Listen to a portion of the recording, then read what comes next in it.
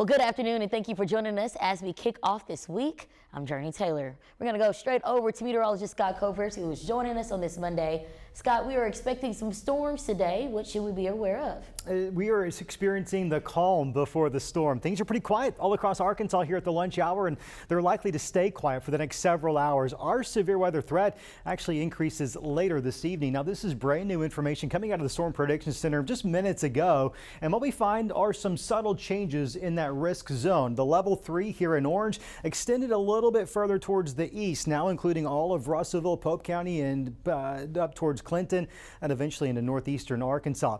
We also saw an increase in the storm potential out in parts of central and eastern Oklahoma. Now, as those storms move our direction, they should weaken, but even as they are weakening, we are going to have enough ingredients in place above us here in the metro and central Arkansas that we could see severe storms overnight tonight as well. It's pretty warm outside. Right now, it's 73 degrees in Little Rock, 75 our current number in Pine Bluff. All of Arkansas seeing 70s out there. Got some breezy conditions as well out of the south, 10 to 20 miles per hour. That's going to be common the next several hours, and that's also a key ingredient in tonight's severe weather risk, a factor that we have to consider. So we'll be mindful of those damaging winds as well. Today's forecast takes our high up to about 79 degrees under that mostly cloudy sky. We will see temperatures dropping off behind this system as it's all part of a cold front that will eventually bring some cooler temperatures later this week. We'll have a look at that, plus your weekend forecast, all coming up in just a few minutes. Scott, thank you. Well, we begin with troubling news for AT&T customers as the phone company finds itself at the center of a massive data breach. AT&T says about 2 weeks ago, personal information of over 70 million customers leaked on the dark web. That compromised data is believed to include sensitive information such as social security numbers, emails, phone numbers, and even birthdays. AT&T has already begun taking action by resetting passcodes for the people impacted. And turning now to a scary moment from over the weekend as video captures a barge colliding into a bridge along the Arkansas River. Here's a closer look at that incident. What you're seeing is the Highway 59 bridge just outside of the state lines near Sallisaw, Oklahoma. Thankfully, the impact of that crash was only strong enough to close the bridge for a day. However, an eyewitness says the collision split the bridge in half. We're just so thankful that it didn't break the bridge. I couldn't imagine if it would have, and cars would have been going off.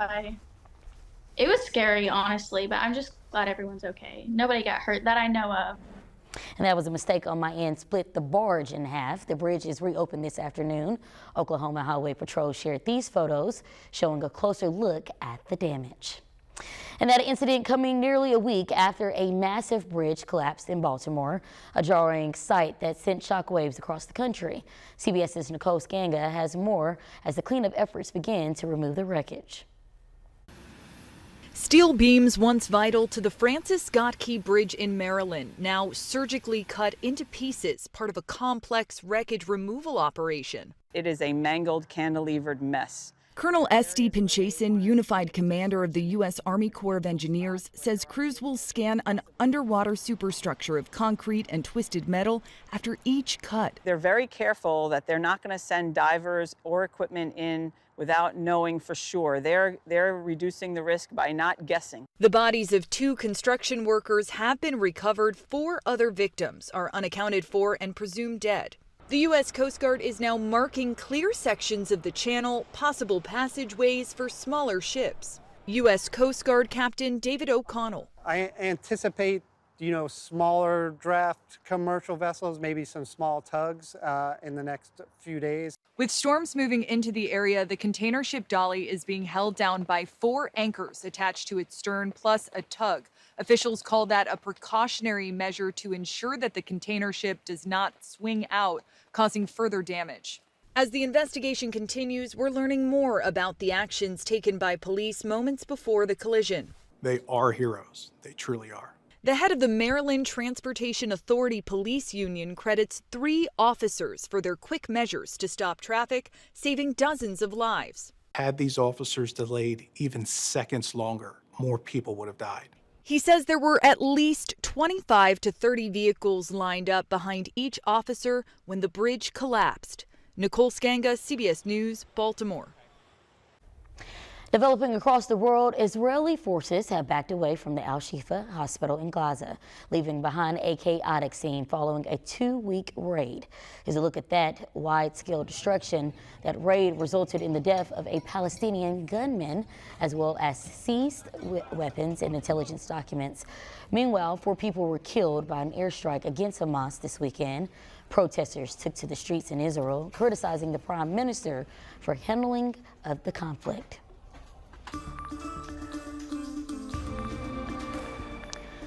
Back at home, one person is recovering this afternoon after being shot by a North Little Rock police officer Saturday night. Police say officers were responding to what they say was a suspicious group of people with guns. During that exchange at the Jefferson Manor Apartments, police say an officer fired their gun, injuring one person.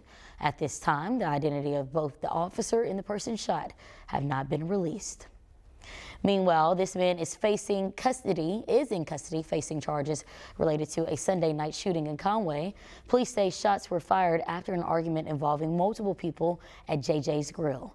The identity of those victims have not been released. However, Durance Pearson faces first-degree battery and aggravated assault.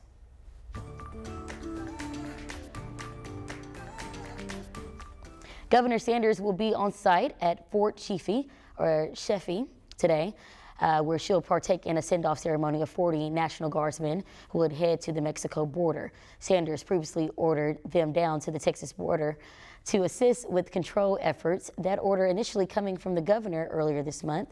The troops will be stationed in El Paso, where they will remain on active duty until May 30th. And today is also a chance to get your hands on the new application for school vouchers. The vouchers are part of the state's process to create new education freedom accounts. Here they'll deposit money for their family vouchers, which can be used for tuition, uniforms, and other expenses. For that application, just visit the Department of Education's website.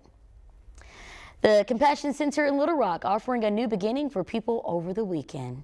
Staff served around 650 people during their traditional Easter Sunday meal. The center is home to a drug and alcohol recovery program, as well as shelter assistance. The organization's CEO says for some, the center is the closest thing people have to family. They wouldn't have that family meal or probably even get to go to church if it wasn't for places like the Compassion Center. If you're ever in the spirit of giving, food donations are always welcome. You can drop them off at the Compassion Center located off of West Roosevelt Street in Little Rock.